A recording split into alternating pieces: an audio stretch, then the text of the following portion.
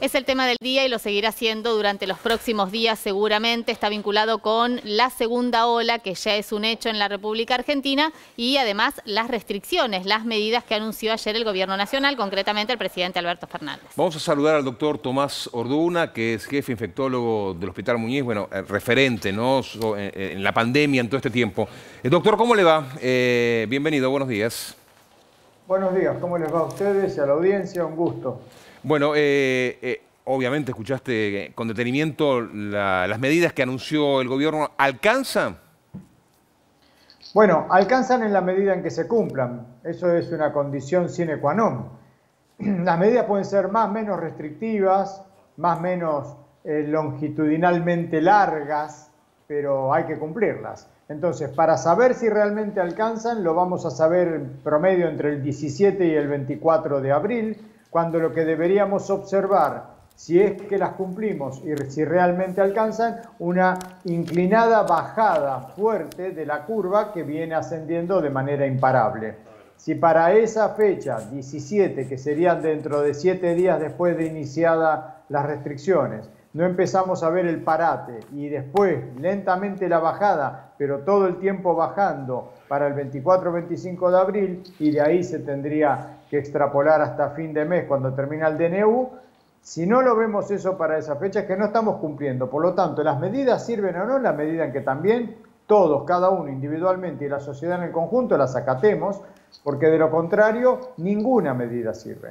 Ahora, Orduna, si uno observa lo que está pasando en otros países, concretamente en Europa, la segunda, la tercera y la cuarta ola se van extendiendo en el tiempo. Ayer el presidente Alberto Fernández habló de hasta 2 meses. Digo, es probable que también las restricciones se extiendan en el tiempo y además, ¿en qué medida influye el plan de vacunación? Bueno, son dos situaciones. Una, cuánto van a durar, es futurología, porque nosotros estamos condicionados también al ingreso del otoño profundo invierno, o sea, frío, cuando se mejora la capacidad de transmisión de todos los patógenos respiratorios. Estamos todavía con una baja circulación de las variantes de preocupación, la de Gran Bretaña, la de Manaos, y podemos recibir alguna otra en el futuro cercano. Por lo tanto, esas variantes pueden tomar una situación de incidencia epidemiológica poderosa, como vemos en otros países de Latinoamérica, o la de Gran Bretaña, que fue la que generó todo lo que ocurrió hacia fines del 2020 en ese país. Por lo tanto, cuánto van a durar no se sabe, es futurología. Si hay que profundizarlas o no será parte de los resultados, como mencionaba, y el modelo europeo, en el cual yo siempre es el que más reflejo o miro a ver qué es lo que pasa, nos muestra a las claras que han seguido durante meses tomando medidas restrictivas porque no tuvieron otra posibilidad para poder contener la epidemia. A ver, doctor, así que, bueno, sí. Me parece que es muy importante el mensaje, ¿no? Y que sea claro y que la gente pueda entenderlo y que no haya una doble mirada. Pero se complica, ¿no? Porque hay toda una disputa política y vos tenés opinión como cualquier otro ciudadano, más allá de tu función de infectólogo.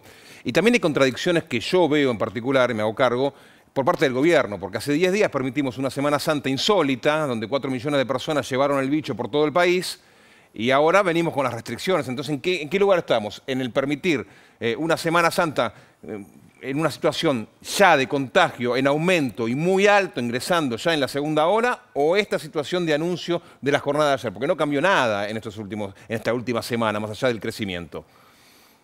Me parece que lo de la Semana Santa, de lo cual también hago alguna especie de revisión del tema, me parece que lo conversamos ahí mismo en el canal. Sí, sí. A mí lo que más me preocupó no era tanto la gente que se fuera a Córdoba, a la costa o a la Patagonia, porque los que se cuidan acá y se cuidan afuera. El problema son los que no se cuidan en el día a día o en los fines de semana en su barrio, en su zona de influencia. Con lo cual, el problema de la Semana Santa era que en lugar de 2 días, como un sábado y domingo normal, se transformaba en 4 días, con una suerte de extensión del jolgorio que probabilísticamente favorece los encuentros. Y, digamos, una de las cosas que quizás esté impactando de a poco en estos días, que ya venimos viendo, y los que van a seguir, tiene que ver con todo ese remanente. Me parece que las condiciones sociales del país de una escalada que fue muy súbita, porque esto hay que reconocerlo, la escalada de casos de 6.000, 7.000 a llegar a 13.000 y ahora 22.000 fue muy súbita. No dio tiempo, porque también en esto hay una estructura de 24 provincias, un país federal, hay que consensuar con cada uno de los gobernadores, entre los ministros de salud y con la sociedad en su conjunto, donde están los que tienen que ver con el partido gobernante, con la oposición y todo eso. Rápidamente haber tomado una decisión, yo creo que era imposible para el miércoles 31 de marzo y por lo cual, bueno, ya estaba en marcha prácticamente eso. Me parece que, por supuesto, si hubiéramos tenido oportunidad con unos días de anticipación, quizás se podían haber puesto estas medidas restrictivas antes. Eso lo comparto. Ya está, ahora veamos para el futuro. Orduna, no le pido un análisis político, pero sí una reflexión. El Gobierno Nacional hace este anuncio, la oposición, concretamente Juntos por el Cambio, cuestiona duramente las restricciones. ¿Usted cree que sería necesario, a propósito de los cuidados individuales y colectivos, un mensaje de todos los sectores, el Gobierno y el respaldo de sectores políticos, pero también de otros sectores, por ejemplo, de la economía o de la sociedad civil? Absolutamente. A mí me parece una barbaridad que se estén oponiendo sectores políticos de la oposición a las medidas restrictivas que salen después de consensos, donde en la mesa se sientan gobernadores de la misma oposición, se sientan ministros de salud de la misma oposición, que están hoy corriendo para poder vacunar a su gente en cada uno de los distritos, para disminuir la mortalidad, para poder hacer detección, rastreo de contactos, aislamientos, con una tarea ímproba en la cual hay un equipo de salud absolutamente saturado, cansado, que tiene por delante una tarea brutal por todo lo que viene durante este invierno, en esta segunda ola, y que haya personas que llamen a boicotear estas medidas, me parece de una irresponsabilidad absoluta. Y concuerdo con usted que todos los sectores que tienen que ver con de alguna manera la posibilidad de transmitir medidas adecuadas, de transmitir el aliento a cumplir las restricciones, deberían hacerlo en ese sentido y por supuesto es aberrante lo que ocurre con aquellos que piden que hay que resistirse a estas medidas. No son libertarios, realmente son amantes de la muerte. Doctor, no sé si nos sorprenderíamos si tenemos 35.000, 40.000 casos de acá a 20 días. Absolutamente. Bueno, ¿hasta cuándo aguanta el sistema de salud con estas cifras? ¿Y por qué razón? ¿Por qué razón no se testea más, doctor? ¿Cuál es la razón? Usted que está en los círculos de poder a nivel sanitario, ¿por qué no se testea más? Si sabemos que es la herramienta principal que tiene el mundo como para aislar los casos del resto de la sociedad. Varias cosas. La primera es que estamos con este inicio de restricciones para evitar llegar a 35.000, 40.000, porque la proyección sin hacer nada es de 40, 45.000 para el 30 de abril. Así, más o menos esa es una proyección duplicando en menos de 20 días. Por lo tanto, eso es lo que deberíamos evitar aplicando las medidas restrictivas y cada uno de nosotros haciendo lo que debemos con conciencia ciudadana y solidaria. Punto 1. Punto 2.